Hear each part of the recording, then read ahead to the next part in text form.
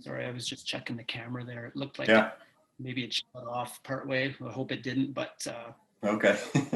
This is episode 15. We sat down with Ben Shillington recently and we chatted about our new guided bikepacking experience. And we also took some time to chat with Ben about his experience as a TDA tour leader and his work as an outdoor professional. Let's get started. If you want to just tell people your name and where you're based and some of the trips you've done with TDA. Well, my name is Ben Shillington. I'm based out of a small village here in the Ottawa Valley called Beachburn. It's kind of on the shores of the Ottawa River. So professionally, I work full-time as an instructor for a 2-year outdoor adventure guide diploma program. So I work for a company called Wilderness Tours, and we deliver all the hard skills training for a guiding course through Algonquin College. But then I also work as an international guide, a commercial guide, and do some consulting in the adventure industry. 3 or 4 years ago, you helped us with a very ambitious plan we had to do a cycling trip in Antarctica, which never did run. We had to pull the plug on that project, but you did run a fat bike training camp in the middle of winter on Lake Winnipeg. Could you tell people a little bit about that? So we spent, I think it was a week out on Lake Winnipeg, learning how to outfit our bikes, how to layer and properly take care of ourselves in, minus, sub-zero temperatures. We focused a lot on fuel, how to fuel your body differently when you're in those types of environment, especially when, you have to put everything all on the bike. Everything's a little bit more challenging and you don't have any support. So we looked a lot at all those different systems. So we kind of fine-tuned and learned those systems, and then we put it into play doing a multi-day trip out on Lake Winnipeg, traveling from point to point, expedition style. And then we were able to kind of summarize and wrap that all up into one, kind of experience. So educational experience, but also being able to participate in that environment and leave with a bit of confidence and some skills to potentially pursue, maybe going out and doing something on your own, whether it be for a day or maybe if you're ambitious to go overnight, having some of those skills to take home with you. Speaking about the fat bike experience on Lake Winnipeg, it leads me to what I mentioned earlier, the new concept we're working on of a guided bikepacking trip. The first one will be in Quebec. So I think it has a lot of similarities, and maybe you can describe to people how you see it, what a guided bikepacking trip is. So if we're talking about this venture into guided bikepacking up into remote Quebec, I think it's an opportunity to offer people an experience of really getting off that beaten path. So, our TDA does pretty extreme multi-day, multi-month expeditions internationally where there's different languages, different terrain.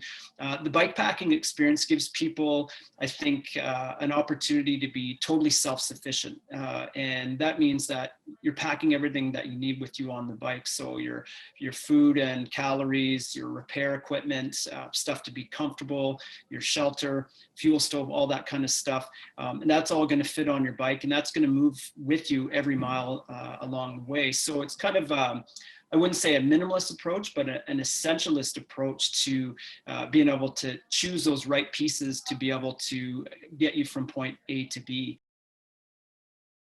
That sort of gets to the key difference between our guided bikepacking concept that we're launching and what a typical TDA trip is. So on a typical TDA trip, we have support vehicles that are driving the same route on the same roads as the cyclists, carrying their gear and preparing the meals at the end of the day. Whereas the guided bikepacking isn't necessarily on public roads, so we won't necessarily have a vehicle following the same route. And for that reason, all the participants do a true bikepacking style and carry all their own gear, right? Yeah. And with that, it gives us an opportunity, and kind of linking back, like you're saying, to the Lake Winnipeg training camp, with the TDA staff or guide being out in the field, we're not going to have, daily access to those amenities like, shops, cafes and stuff like that, which is that's the point of being able to create that experience. And what we want to do in the guided position is be able to help people build those skills along the way, right? So, being familiar with their equipment, understanding, the fitting of their bike a little bit better, knowing how to manage, their food and that calorie intake so they have, good energy throughout the day, because there won't be an opportunity to stop and just kind of top up from a restaurant. We'll be able to help them and teach them to be proficient and comfortable using fuel stoves and boiling water and making their meals, as well as situations arrive, because there's a lot of unforeseeables on the trail. We'll be able to be there with these guys and help them through. So if something comes up for a mechanical breakdown that's outside of the realm of fixing it flat, we can kind of help them kind of be in the mindset of being innovative with kind of using the resources that they have on hand, how to proficiently, set up that camp, how to manage their, sweating and layering and all that stuff to be very proficient. And hopefully by the end of the trip, help them build a lot of confidence, but go home with a new skill set that they can utilize on their own, or maybe comfortably sign up, somewhere down the road for something maybe a little bit longer and maybe even a little bit more remote. Yeah, and I think like you've done both. You've done cycle touring with us, and you've done bikepacking expeditions, and we love both. And I think you're getting to another of the core differences is that the mindset is different, right? And so on a supported trip, you have a whole crew who are able to service your bike and vehicles that carry your bags.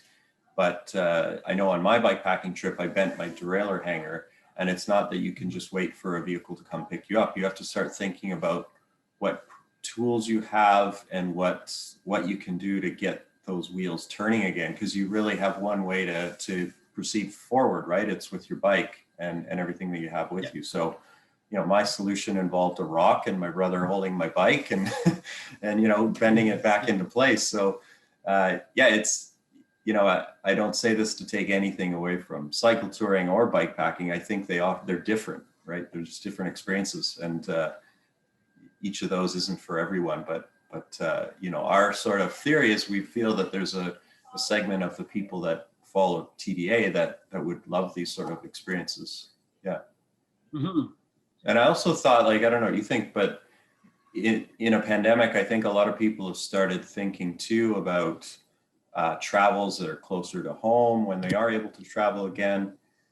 There's certainly more of appeal for me to wild spaces and places that are more remote. It just, there's something comforting or refreshing to be out in nature, right? So our theory was that something like a bikepacking trip would be quite appealing in a post-pandemic world. And you kind of went over this already, but if someone watching this is someone who maybe they've read really cool articles on bikepacking.com, or they've watched a video of someone's bikepacking expedition, but they haven't had the skills or expertise to do a trip themselves, or they feel a little intimidated to do it on their own. What are they getting from doing a guided bikepacking trip? So in the pre-tour process and on the trip, what are they getting on a trip with us? Yeah, so what they're getting is a lot of experience, obviously, that we have to share with these guys. But in consulting or communicating with these folks before the trip even starts, everybody kind of has their own little bit of a philosophy on how they like to do things, or what equipment that they're comfortable with, or how they may kind of foresee an experience, and we'll be able to work with them through that process to kind of explain to them how to get excited about the trip, what sort of things you can kind of research to kind of prepare, a couple, we can guide them through the opportunities of how can you create some just half-day trips at home to do a bit of a shakedown. If you're trying to decide on which equipment to purchase, we can really help you determine the pros and cons between some of those things. So a lot of consulting ahead of time, and I think a lot of that that's a lot of fun factor, because you're going to get a lot of experience before we even get out on that trip. So working with people to kind of prepare so that they're not too anxious coming in the field, but that level of excitement and that preparedness kind of comes in at an equal base. And so like if maybe they have a bike, but they haven't bought all the bags and gear yet. So, is that something you could also help with them recommending, like what equipment to buy? Certainly, yeah, and that's a big thing. And I've guided lots of different expeditions in different genres and different fields, and often there's a lot of value if you do have that opportunity to chat and meet with the clients or the guests way ahead of time, to bring that stress down and kind of help them save a little bit of money as well, because often what people have is a lot better than what they anticipate, and often to get the right tools, it doesn't need to be as stressful or as expensive or as challenging to acquire those things. So we can definitely help them go through what they have, maybe where their budget is, what resources are available to them, and how to acquire, or at least make a choice that might suit them best, but will also be adequate or appropriate for coming on the trip with us in Northern Quebec. Yeah, great. And obviously, so they sign up with us and they get this advice on how to do a trip, and we help them get the bags and they do the trip, and then they're kind of set up, right? So hopefully then they have the confidence to, go with a group of friends or join another of our trips or do an independent trip on their own. So we hope that people kind of leave this 10-day bikepacking experience with the confidence to start doing more of their own trips too. We mentioned earlier, what sort of other expeditions have you done, like outside of TDA? What are some of the ones that are most memorable for you that you've done over the years? Geez, yeah, I've had the opportunity to do a variety of different things. So, I've done multiple high altitude climbing and trekking expeditions in the Himalayas. I've guided and trekking expeditions in Africa. I've done bikepacking trips through the Swiss Alps, the Haute Route across Canada. I've guided polar expeditions in the Canadian Arctic. I've done a crossing in Baffin Island. I've skied the full length of Lake Winnipeg, so on and so forth. So, I've had an opportunity to work in a variety of different climates and in different skills on several different continents all over the world. And correct me if I'm wrong, one of the expeditions you did in the Himalayas was you were with a film crew and some wounded Canadian soldiers that had different injuries that were doing a charitable climb. Is that right? Maybe you can describe that better than I did. Yeah, actually, I've been fortunate enough to work with a company called TPL, the True Patriot Love Foundation, working as an expedition guide on some climbs in Africa and in the Himalayas with soldiers who have either are still active, have retired, or on their way out, who've had different, physical or psychological injuries as they're experienced in the field, and we've been able to pair them together with civilians to do fundraisers. To be able to give back to our Canadian veterans. So I have worked a variety of those projects, and through those projects we did film and create pieces for the general public to see what these men and women have been out there doing and sacrificed, and just to get some support for those guys. And being in the field is just a great grounds for folks to have some of their own healing in certain senses. Absolutely, yeah. I was just going to say it must have been a very rewarding experience for yourself and for all the participants. I think these sort of trips tend to sometimes bring out the best in people, right? And you find a different gear, and you understand something more about yourself too, hopefully. Yeah, for sure. So whether, it's riding from point A to B, or climbing to a mountaintop, or, basically pulling a sled for hours at a time every day to basically the middle of nowhere, that destination is just a real good motivation to, to work through a variety of things, meet some physical challenges, some mental challenges, see where your resilience is, and people are way more capable of what they typically give themselves credit for. So it's a nice way to kind of create that experience and build some confidence and have a good experience as a result. Each person that I have on TDA Talks, I usually, besides asking them their favorite memory, I also ask them if they have a piece of advice or a tip for someone who's planning to do their first TDA tour. And since we're talking about the guided bikepacking as well, you could think about both for TDA standard trips or for a guided bikepacking trip.